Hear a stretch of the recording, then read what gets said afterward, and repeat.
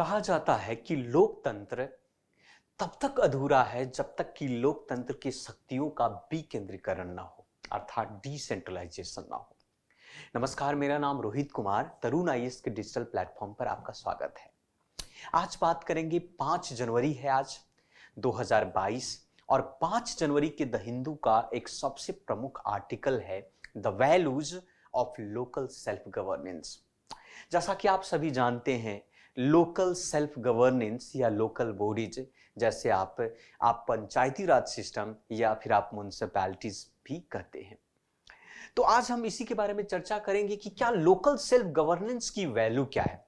Writer हैं, अगर हम बात करें कि इसके राइटर हैं मैथ्यू।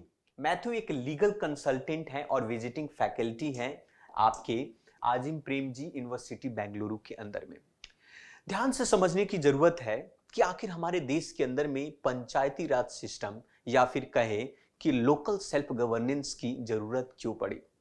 भारत दुनिया का सबसे बड़ा लोकतंत्र वाला देश है, डेमोक्रेसी वाली देश है। डेमोक्रेसी का डेफिनेशन तो अब्राहम लिंकन के द्वारा आपने देखा और सुना ही होगा। तो आखिर हमारे देश के अंदर में लोकल सेल्फ गवर्नेंस की महत्व, उसकी वैल्यू क्या है, इसके बारे में हम चर्चा करेंगे। तो समझेंगे इस चीजों को एक एक करके कि जो राइटर हैं आखिर क्यों इसके बारे में उन्होंने। दरअसल बात ऐसी है कि आज जो है, अगर हम बात करें दिसंबर 1992 की कहानी है और दिसंबर 1992 में पार्लियामेंट ने 73rd और 74th अमेंडमेंट एक्ट के तहत भारत के अंदर में लोकल सेल्फ गवर्नेंस को भारत के संविधान के अंदर में ऐड किया था। आज ये वर्ष 30 वर्ष पूरे हो चुके हैं और उसी 30 वर्ष के उपलक्ष्य में हम इसके बारे में थोड़ा सा चर्चा करेंगे कि लोकल सेल्फ गवर्नेंस की महत्व इतना महत्वपूर्ण क्यों था। तो 74th अमेंडमेंट और 73rd ये जो है आपका, जिसमें पंचायती राज और म्युनिसिपैलिटी से संबंधित बात करता है। अमेंडमेंट के माध्यम से भारत के अंदर में संविधान में ऐड किया गया, रिफॉर्म किए गए, जैसा कि आप सभी जानते हैं। गवर्नमेंट की बात अगर किए तो पंचायती राज, अगर हम विलेज लेवल पर देखें पंचायत में, तो पंचायती राज ब्लॉक और डिस्ट्रिक्ट लेवल की बात होता है। वहीं पर म्युनिसिपैलिटीज की बात करें तो म्युनिसिपल कॉर्पोरेशंस, म्युनिसिपल आपके काउंसिल्स और नगर पंचायत प्रत्येक रीजन में महत्वपूर्ण सा बन गया। गांधी जी ने, आपको पता होगा, गांधी जी अक्सर लोकल सेल्फ गवर्नेंस को सबसे ज्यादा बढ़ावा देते थे। हमारे डायरेक्टर प्रिंसिपल स्टेट पॉलिसी की बात किया जाए, आप सभी को पता होगा भारत के संविधान में directive principle state policy article 36 से लेकर 51 तक की चर्चा होती है। उसमें भी आपको लोकल सेल्फ गवर्नेंस की बढ़ावा की बात की जाती है। लेकिन इसमें सही सवाल उत्पन्न होता है कि भारत के अंदर में लोकल सेल्फ गवर्नमेंट तो आ गए, परंतु क्या आज वो इतना इफेक्टिव है? क्या ये जो लोकल गवर्नमेंट है ये फंक्शनेबल है या नहीं है?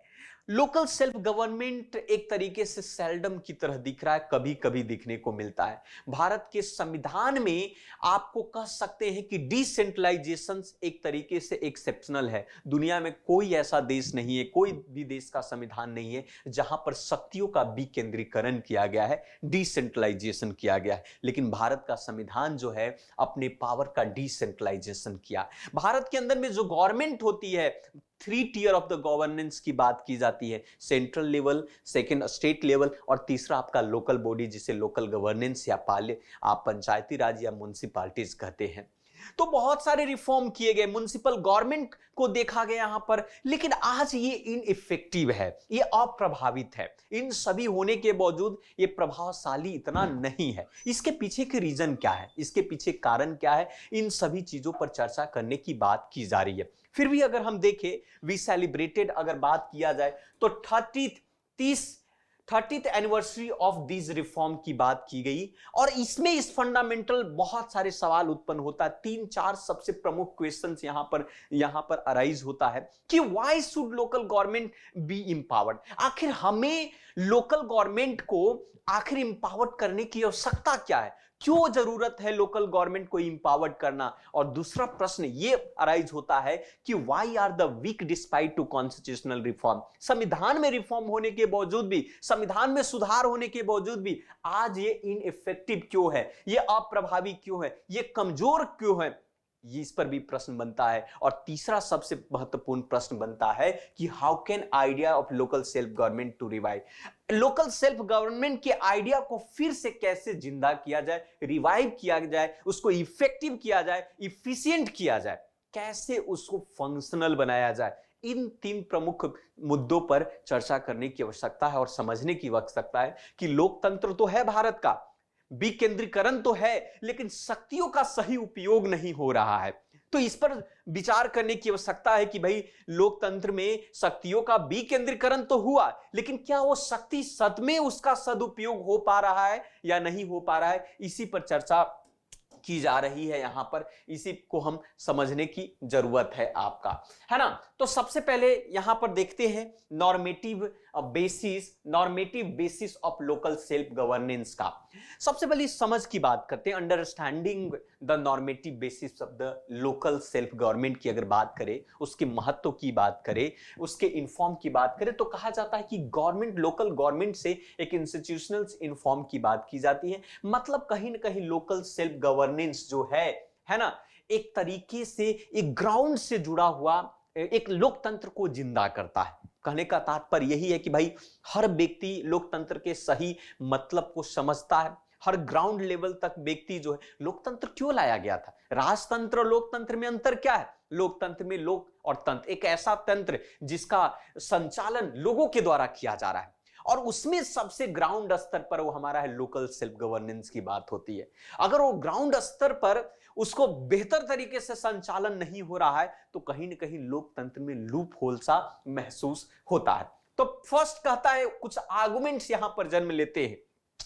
The first is provide for efficient provisions of public goods and government with the smaller jurisdictions can be provided services per to। सबसे पहली बात करती है कि एक efficient provision की बात कर रहा है। पब्लिक, अगर हम समझ सकते हैं कि गवर्नमेंट के द्वारा किस प्रकार से पब्लिक जनता को एक इफिशिएंट गवर्नेंस मिले। दूसरी पॉइंट है कि इसे डीपर डेमोक्रेसी को कैसे प्रमोट किया जाए, लोकतंत्र को गहराई तक कैसे ले जाया जाए, लोकतंत्र को जन जन तक कैसे पहुंचाया जाए। दो प्रश्न यहां पर खड़ा होता है। अगर आप कहें लोकल सेल्फ गवर्नेंस का सदुपयोग अर्थात सही तरीके से इसका अगर उपयोग नहीं हो रहा है, डीपर प्रमोट बहुत जरूरी है, लोगों तक पहुंचाना बहुत जरूरी है, हर जनता को उसे जोड़ना बहुत जरूरी है, इस पर बात की जा रही है, इस पर कही जा रही है। तीसरा पॉइंट यहां पर बात करते हैं कि इंडियाज डिसेंट्रलाइजेशन की बात। भारत में शक्तियों का विकेंद्रीकरण किया गया। क्यों किया गया था विकेंद्रीकरण? हर व्यक्ति लोकतंत्र, तभी तो डेफिनेशन सही होगा।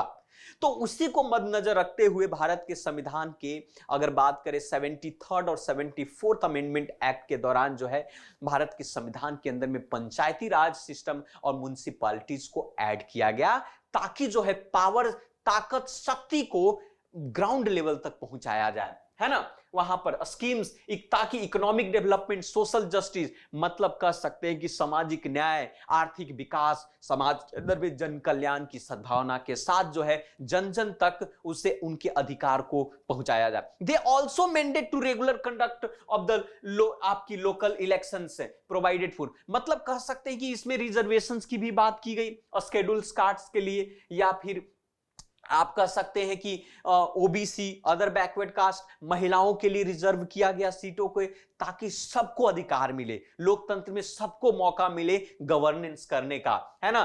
बट आप कह सकते हैं उस ग्राम सभा में, आप पंचायत में, वार्ड कमेटी में, म्युनिसिपल कॉर्पोरेशन, हर जगह तक इलेक्शंस, लोकल इलेक्शंस के माध्यम से रिजर्वेशन सीट को रिजर्व किया गया शेड्यूल्ड ट्राइब के लिए, महिलाओं के लिए, है ना। इस प्रकार से core values that be amendment to south to इनमेन, है ना, इकोनॉमिक डेवलपमेंट और सोशल जस्टिस लोगों तक मिले। इस पर बहुत सारे डिबेट करने की जरूरत है, बहुत सारे चीजों को समझने की जरूरत भी है यहां पर, ठीक है। अब यहां पर समझिए थोड़ा सा, मैं साथ साथ में कुछ चीजों को एड ऑन भी किया है कि आप जैसा कि पता है पंचायती राज सिस्टम को 73rd अमेंडमेंट एक्ट के तहत इसको लाया गया, है ना। अब इसको 73rd के तहत लाया गया। 3 तरीके के विलेज लेवल तक का गवर्नेंस, ब्लॉक लेवल और डिस्ट्रिक्ट लेवल। विलेज लेवल जो है उसमें ग्राम पंचायत आता है, ग्राम पंचायत में ग्राम सभा होता है, ग्राम पंचायत होता है और न्याय पंचायत होता है। वहीं पर अगर ब्लॉक लेवल की बात करें तो ब्लॉक समिति है ना, जनपद पंचायत है या पंचायत समिति के नाम से भी जाना जाता है, और डिस्ट्रिक्ट लेवल तक के सिस्टम को हम जिला परिषद भी कहते हैं। तो इस तरीके से कैटेगराइज किया गया, इस तरीके से बनाया गया ताकि शक्तियों का विकेंद्रीकरण करे और लोकल सेल्फ गवर्नेंस हो प्रॉपर तक। इसके बावजूद भी अगर देखा जाए तो local self governance, local government specially municipalities है ना, operate with the limited autonomy और अथॉरिटी। इन सभी होने के बावजूद, संविधान में इसके महत्व होने के बावजूद, संविधान में एक बेहतर स्थान होने के बावजूद भी आज भी म्युनिसिपैलिटीज को एक स्वतंत्र रूप से उसको प्रसार नहीं दिया गया, उनको एक तरीके से उनको अधिकार प्रॉपर तरीके से नहीं दिया गया है। कहीं ना कहीं इसमें भी लिमिट लगाया गया है ना। और भी बातें कही जा रही कि 74th अमेंडमेंट, और अगर क्या इसमें लिमिटेशंस की बात करता है, क्या गवर्नमेंट, स्टेट गवर्नमेंट इस बात पर फेल नहीं हो जाती है कि भाई आपने एक तरफ से कहा कि सोशल, आपने कहा लोकल सेल्फ गवर्नेंस की बात है, आपने कहा कि सरकार के 3 टियर्स हैं, आपका सेंट्रल, स्टेट, स्टेट में भी ऑटोनॉमी है, सेंट्रल में भी ऑटोनॉमी है, तो फिर लोकल सेल्फ गवर्नेंस में ऑटोनॉमी क्यों नहीं है, म्युनिसिपैलिटीज में ऑटोनॉमी क्यों नहीं, उसको क्यों नहीं स्वतंत्र किया जाए, उनको क्यों नहीं अपने स्तर से उसको विकसित करने दिया जाए। तो ये सभी बात इसके अंदर में बात कही गई। यहां पर state governments are reluctants to the implement of the 74th amendment to cities economic power house and all this thing. Land से अर्बन लैंड कंट्रोल की बात किया जाता है, पॉलिटिकल पार्टीज की बात किया जाता है, ऐसे तरह तरह के समस्या इनके साथ आता है। हाल फिलहाल में एक मामला आया था पटना से संबंधित, इसके बारे में भी हम चर्चा करेंगे कि बिहार के म्युनिसिपल अमेंडमेंट एक्ट 2021 में ये चर्चा हुई थी। थोड़ा सा समझ लेते हैं। 74th जो कॉन्स्टिट्यूशनल अमेंडमेंट है वो डील करता है आपका अर्बन लोकल बॉडीज की बात है। अर्बन लोकल बॉडीज का मतलब यहां पर पावर का डिसेंट्रलाइजेशन होता है अर्बन में, अर्थात शहरी में। मकसद क्या है? मकसद ये है कि इस कॉन्स्टिट्यूशनल एक तरीके से स्टेटस के माध्यम से म्युनिसिपैलिटीज जन्म यहां पर होता है, लोकल गवर्नमेंट मजबूत होता है यहां पर, है ना। इसको आप देखेंगे तो आर्टिकल 243 के पी से लेकर 243 के जेड जी तक माना जाता है। ऐसे 243 ए से लेकर 243 के पी आपका ये पंचायती राज सिस्टम से संबंधित बात किया जाता है। यहां पर स्केड्यूल्स 12 की बात करें तो स्केड्यूल्स 12 में आपको म्युनिसिपैलिटीज की बात किया जाता है, स्केड्यूल्स 11 में पंचायती राज की बात की जाती है। और यहां पर भी 3 टियर लोकल्स बॉर्डर की अर्बन में भी बात किया जाता है, एक म्युनिसिपल कॉर्पोरेशन, दूसरा म्युनिसिपल काउंसिल और तीसरा नगर पंचायत। तो यहां पर भी 3 टियर्स की बात की जाती है।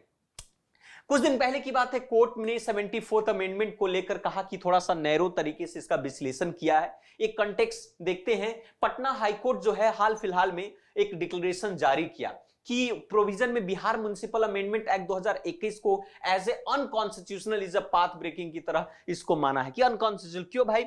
2021 के अमेंडमेंट के तहत उन्होंने कहा कि भाई जो ग्रेड सी और ग्रेड डी का जो अपॉइंटमेंट होगा एम्प्लॉयज का, उसकी शक्ति का ट्रांसफर किया जाएगा। इंपावर्ड स्टैंडिंग कमिटी म्युनिसिपैलिटी से लेकर स्टेट गवर्नमेंट कंट्रोल करेगी, उसके director of municipal administration control करेगी। कोर्ट ने कहा कि भाई ये अनकॉन्स्टिट्यूशनल, ये नियम को वायलेट कर रहा है, 74th अमेंडमेंट एक्ट का वायलेशन हो रहा है। यहां पर आप रीसेंट्रलाइजेशन कर रहे हैं, यहां पर इसका मतलब है डिसेंट्रलाइजेशन करना, आप शक्ति का रीसेंट्रलाइजेशन कर रहे हैं, विकेंद्रीकरण नहीं हुआ, पुनः केंद्रीकरण कर रहे हैं शक्तियों का यहां। तो ये अनकॉन्स्टिट्यूशनल। तो पटना के हाई कोर्ट ने कहा कि आप ऐसा नहीं कर सकते हैं, ये असंवैधानिक है, अनकॉन्स्टिट्यूशनल है। तो इस बात पर इसमें कहा, तो इसी को लेकर, मुद्दे को लेकर आर्टिकल इस पर काफी लिखे गए हैं। नेक्स्ट पॉइंट की बात करें, इसी के अंदर में आगे हम बढ़ेंगे थोड़ा सा। तो इससे संबंधित है लोकल सेल्फ गवर्नमेंट के अंदर ही अगर देखा जाए थोड़ा सा, और की जजमेंट आया, जजमेंट आने के बाद कहा कि भाई जो आपने स्टेप लिया वो सही नहीं है। इंडिया जो है उन्हें सेंट्रलाइज पावर को शिफ्ट किया, स्टेट पर ले गया, स्टेट के बाद कहां ले गया भाई? मतलब लोकल गवर्नमेंट तब ले गया। कहने का मतलब लोकल गवर्नमेंट एंड फेडरलिज्म की बात। भारत के अंदर में संघवाद की विचारधारा पर भी हमारा संविधान काम करता है। हालांकि अमेरिका के संघवाद की तरह नहीं है, अमेरिका के फेडरलिज्म की तरह नहीं है। भारत की जो कॉन्स्टिट्यूशन में जो फेडरलिज्म की कॉन्सेप्ट की बात की गई है वो बात की गई है आपका कनाडा के संबंधित। पर यहां पर फेडरलिज्म के कॉन्सेप्ट यहां पर वॉयलेट हो जाते हैं, एक तरीके से कह सकते हैं, तो उसे समझना होगा। तो इसी पर डिबेट पर हो रहा है कि क्या सच में जिस तरीके से आपने पावर का डिसेंट्रलाइजेशन किया है, क्या सच में फेडरलिज्म के कॉन्सेप्ट को फुलफिल कर रहा है? क्या एक दो राष्ट्र के बीच, दो राज्यों के बीच या केंद्र और राज्य के बीच में अगर कहा जाए जो एग्रीमेंट है उस एग्रीमेंट को फुलफिल कर रहा है क्या? या फिर आप कह सकते हैं स्टेट और म्युनिसिपैलिटी के बीच की जो एग्रीमेंट है उसको फुलफिल कर रहा है? तो कहीं ना कहीं लोकल गवर्नमेंट और फेडरलिज्म के कॉन्सेप्ट को फुलफिल करना बहुत जरूरी। तो ये बात की जा रही है इस आर्टिकल के अंदर में आपको लोकल सेल्फ गवर्नेंस से संबंधित। तो ये था आज का सबसे इंपॉर्टेंट। बाकी इससे कई प्रश्न पूछे जाएंगे, आपकी प्रीलिम्स में भी प्रश्न पूछे जाएंगे, मेंस से भी सवाल आ जा सकता है, तो इसे ध्यान देने की आवश्यकता है। तो आज के लिए इतना ही। सो मिलते हैं फिर से दूसरे वीडियो में। So thank you very much, धन्यवाद।